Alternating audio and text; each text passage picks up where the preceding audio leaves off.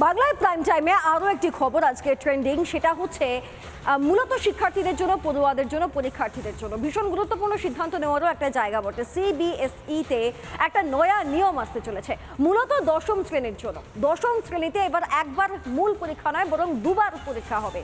প্রথম পরীক্ষাটা বাধ্যতামূলক, দিতেই হবে, কিন্তু দ্বিতীয় পরীক্ষাটা ঐচ্ছিক।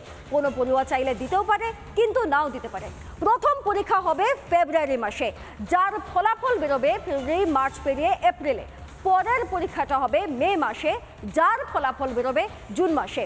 এই দুটো পরীক্ষার মধ্যে প্রথম যে পরীক্ষা অর্থাৎ ফেব্রুয়ারির পরীক্ষা কিন্তু বাধ্যতামূলকভাবে দিতেই হবে, কিন্তু পরেরটা অর্থাৎ মে মাসের পরীক্ষাটা ঐচ্ছিক, সেটা না দিলেও হয়। কিন্তু এই যে নতুন নিয়ম আনা হচ্ছে, তাতে কি আদতে পড়ুয়াদের কোনো সুবিধা হবে?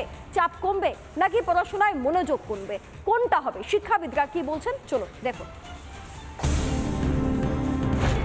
সিবিএসইর নতুন নিয়ম, দশম শ্রেণীর বোর্ড পরীক্ষায় বড় রদবদল। পরীক্ষা ব্যবস্থায় বদল আনলো সিবিএসই বা central board of secondary education. দশম শ্রেণীর যে পরীক্ষা, সেই পরীক্ষা বছরে দুবার আয়োজন করা হবে। প্রথম ধাপ পরীক্ষা হবে ফেব্রুয়ারিতে, ফল বেরোবে এপ্রিলে। দ্বিতীয়বার পরীক্ষা হবে মে মাসে, দ্বিতীয়বারের রেজাল্ট জুনে। প্রথমবার অংশগ্রহণ বাধ্যতামূলক, দ্বিতীয়বারটি ঐচ্ছিক। সিবিএসইর লক্ষ্য শিক্ষার্থীদের আরও ভালো সুযোগ দেওয়া। প্রথম প্রচেষ্টায় ভালো না করলেও দ্বিতীয় সুযোগ থাকবে, এতে শিক্ষার্থীদের মানসিক চাপ কমবে।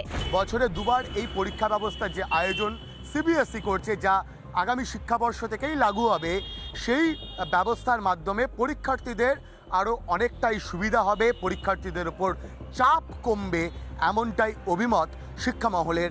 কম্পিটিশন চলছে, শিক্ষাকে আরো সহজ করা, তরল করা, সরল করা, আরো বেশি ঝুড়ি নাম্বার পাইয়ে দেওয়া।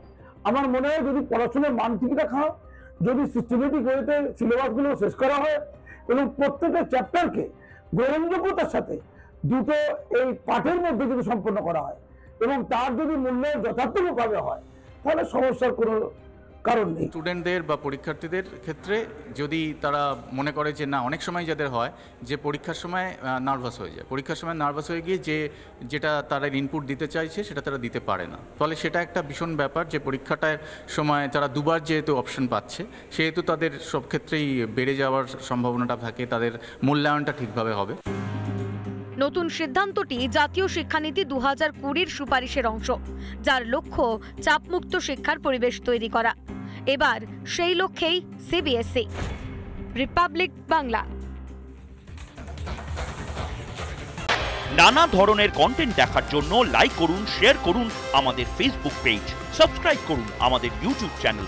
পাশাপাশি অন্যান্য ব্রেকিং নিউজের জন্য অবশ্যই চোখ রাখুন রিপাবলিক বাংলায়।